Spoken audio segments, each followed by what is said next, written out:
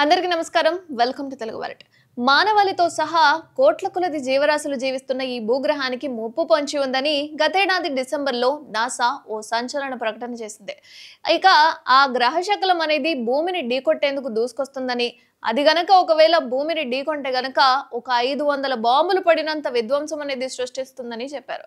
ఇక 2024 December 27న చీలీలోని Elsa's observatory ఈ ముప్పును కనిపెట్టింది. ఇక ఈ అబ్జర్వేటరీ కూడా నాసా ఆధ్వర్యంలోనే నడుస్తుంది. ఈ గ్రహశకలానికి 2024 YR4 అనే పేరు కూడా పెట్టారు. 2032 డిసెంబర్లో ఇది భూమిని ఢీకొనే ఛాన్స్ అనేది ఉంటుందంటున్నారు. తొలుత ఈ గ్రహశకలం అనేది భూమిని ఢీకొట్టే అవకాశం చాలా తక్కువగా ఉందని అంచనా వేశారు. కానీ వారం వ్యవధిలోనే అది 2.3% పెరిగిందట. ఇక ఇప్పుడు తాజా నివేదికల ప్రకారం ఈ YR4 గ్రహశకలం అనేది భూమిని ఢీకొట్టే అవకాశం అనేది 3.1%గా ఉందని నాసా తెలుపుతోంది. అంటే క్రమక్రమంగా భూమికి ముప్పు వచ్చే ఛాన్స్ పెరుగుతుందని అర్థం. అలాగే యూరోపియన్ స్పేస్ ఏజెన్సీ సైతం 2.8%గా అంచనా వేసింది. చూసేందుకు చాలా తక్కువ సంఖ్యలోనే ప్రమాదం సంభవించే అవకాశం కనిపిస్తున్నా కూడా అవి చాలా విధ్వంసాన్ని సృష్టించే అవకాశం ఉందట. వచ్చే నెల అంటే మార్చిలో అత్యంత శక్తివంతమైన జేమ్స్ వెబ్ స్పేస్ టెలిస్కోప్ ద్వారా నాసా శాస్త్రవేత్తలు ఈ గ్రహశకలాన్ని పరిశీలించబోతున్నారు.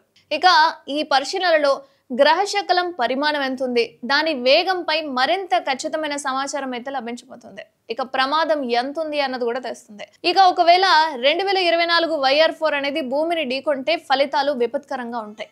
గంటకు 40,000 మైళ్ళ వేగంతో కదులుతూ ఈ గ్రహశకలం అనేది 8 మెగాటన్లు అంటే TNT పేలుడు శక్తిని అనేది ఉత్పత్తి చేస్తుందట. పెద్ద పెద్ద నగరాలను నేలమట్టం చేస్తూ ఊహించలేని వినాశనాన్ని మిగుల్చుతుందని చెప్తున్నారు. ఇది భూగ్రహం మొత్తాన్ని అంతం చేయలేదు, కానీ పలు దేశాలపై తీవ్ర ప్రభావం చూపుతుందని శాస్త్రవేత్తలు కూడా అంటున్నారు. ప్రస్తుతం అది తిరుగుతున్న కక్ష ఆధారంగా అది భూమిని ఈ వైపు ఢీకొట్టుతుంది లేదా ఏ దేశాలు ముప్పు గురయ్యే ప్రమాదం ఉంది, అందులోనూ మరీ ముఖ్యంగా అసలు ఏ నగరాలకు ప్రమాదం పొంచి ఉంది అన్న విషయాన్ని సైంటిస్టులు కూడా చెప్పారు. అవి ఏంటంటే తూర్పు పసిఫిక్, ఉత్తర దక్షిణ అమెరికా, అట్లాంటిక్ మహాసముద్రం, అమెరికాలోని కొన్ని ప్రాంతాలు అండ్ అరేబియా సముద్రం. సో సముద్రాల విషయానికి వస్తే మనకి ప్రమాదం ఏమి ఉండదు, కానీ దక్షిణ ఆసియా మీద కూడా ప్రభావం పడుతుందట.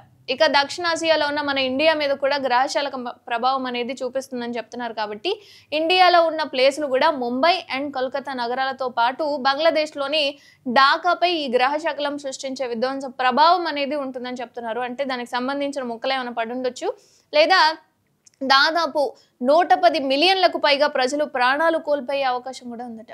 ఎందుకంటే ఈ ప్రాంతాలన్నీ కూడా భారీ జనసాంద్రత కలిగిన ప్రాంతాలే కాబట్టి ఎవరికి ఎక్కడ ఎప్పుడు ఏం జరుగుతుంది అన్న చెప్పలేం. కానీ ప్రస్తుతం అయితే అది కక్ష ద్వారా తిరుగుతూ ఉంది. ఎప్పుడు మన భూమిని ఢీకొంటుంది ఏంటి అన్నది తెలియదు. సో దానికి సంబంధించిన అప్డేట్స్ అనేవి రోజు రోజుకి తెలుస్తూనే ఉంటాయి, కాబట్టి చూడాలి మరి.